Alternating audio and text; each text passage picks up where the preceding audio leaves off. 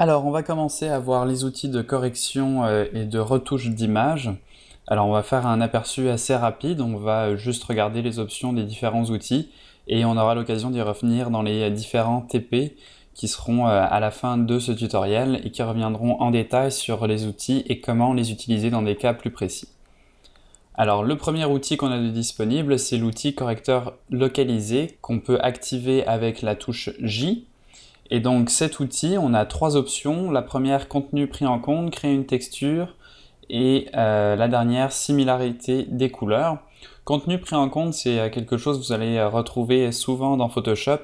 C'est vraiment un algorithme en fait qui a été introduit il y a maintenant peut-être 2 ou 3 ans et qui va vraiment prendre en compte, comme son nom l'indique, les pixels qu'il y a autour pour essayer de corriger en fait une image de façon intelligente. Donc sans qu'on ait vraiment besoin de donner une source ou quoi que ce soit comme on peut avoir avec le tampon par ici, où c'est nous qui allons décider qu'est-ce qu'on veut copier sur quoi. Avec cet outil ici, c'est lui qui va s'en charger. Donc là, j'ai un pinceau et vous voyez que je n'ai pas besoin de définir de source. Il me suffit juste, par exemple, de peindre sur la petite imperfection ici pour la faire disparaître. Alors vous voyez qu'il va automatiquement essayer de comprendre comment l'image fonctionne, d'analyser les pixels qui sont autour pour faire disparaître la petite imperfection qu'on vient de peindre.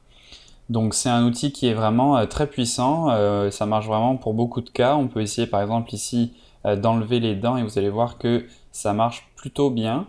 Bien sûr il y a peut-être des petites retouches à faire. Là on peut continuer à refaire des petits coups de pinceau. Vous voyez ici il y avait un petit creux dans la lèvre. Donc si je repeins dessus, il va automatiquement, vous voyez, faire quelque chose de plus lisse avec les pixels aux alentours. Et donc là vous voyez que assez rapidement on a réussi à enlever une imperfection et les dents du personnage de façon très réaliste sans avoir besoin nous-mêmes de choisir la source, donc comme on l'a vu par exemple avec l'outil tampon. Donc le contenu pris en compte, très pratique dans Photoshop.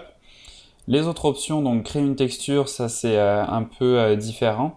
Si je reviens en arrière, vous allez voir que si je sélectionne cette option et que je clique, que je dessine pardon, sur cette imperfection, vous voyez qu'il essaye de masquer avec une texture, donc on le voit un peu ici dans le cercle, ça donne quelque chose de un peu moins convaincant. Si on fait l'exemple ici sur les dents, vous allez voir que c'est vraiment un moins bon résultat, ça va vraiment avoir tendance à un peu liquéfier notre image. On a un gros patch ici et donc on perd totalement la ligne de la bouche, ce qu'on n'avait pas du tout avec le contenu pris en compte. Pour finir, on a la similarité des couleurs, donc là c'est à peu près la même chose. Il va essayer de faire la même opération, mais cette fois en allant chercher des couleurs similaires. Donc là, quand on a du noir à côté, il va essayer de patcher avec du noir. Et quand on a du rose, rouge pour les lèvres, il va essayer de patcher avec du rouge. Donc là, ça donne un résultat un peu mieux que la texture, mais vous voyez que c'est pas encore parfait. Là, vous voyez qu'il va chercher la barbe directement. Donc c'est vraiment moins convaincant que le contenu pris en compte.